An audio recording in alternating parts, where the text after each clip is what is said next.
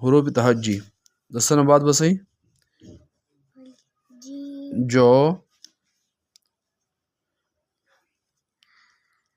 چو هو خو دو ډو او بل بسئ زو زال وایا جو چو هو خو دو ډو زو جو جیم یې نوم دی جه د دې اواز دی چی یې نوم دی او چه د دې اواز دی هی یې نوم دی ه د دې اواز دی خې یې نوم دی خه د دې اواز دی دو د دې اواز دی دال یې نوم دی ډ د دې اواز دی